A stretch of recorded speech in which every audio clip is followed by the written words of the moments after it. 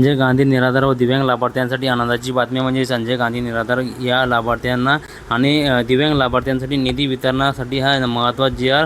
हा शासनाने निधी बघू शकता वितरण करण्याबाबतचा महत्त्वाचा जी.आर. हा 26 मे 2026 म्हणजे आजच्या दिवशी हा जी.आर. निर्गमित करून आनंदाची बातमी म्हणजे दिव्यांग लाभार्थ्यांना हा हप्ता विशेष सहाय्य योजनेअंतर्गत दिव्यांग लाभार्थ्यांचे कामकाज 1 एप्रिल 2026 पासून दिव्यांग सक्षमीकरणासाठी दिव्यांग लाभार्थ्यांना आता 25 रुपयाचा हप्ता हा करण्यात आलेला आहे. त्या संदर्भात हा 700 कोटी रुपयाचा हा निधी सहाय्यक विभागाकडून हा वितरित करण्यासाठी दिव्यांगाचे कल्याण विभागाअंतर्गत हा जी.आर. निर्गमित करण्यात आला आहे. आनंदाची बातमी म्हणजे लाभार्थ्यांना आता लवकरच दिव्यांग व्यक्तींकरिता विशेष सहाय्य योजनेअंतर्गत अनुदानाची रक्कम VPDA खात्यावर वर्ग करून सविस्तर जे करण्यात आलेले मान्यता देण्यात आलेले लवकरच लाभार्थ्यांच्या खात्यामध्ये हे सत्यापन होऊन त्यांच्या खात्यामध्ये हा DBTने 25 रुपयाचा हप्ता हा दिव्यांग लाभार्थ्यांना जमा होणार ही आनंदाची बातमी आहे. महत्त्वाची बातमी आहे. जवळच्या मित्रांनो शेअर करा.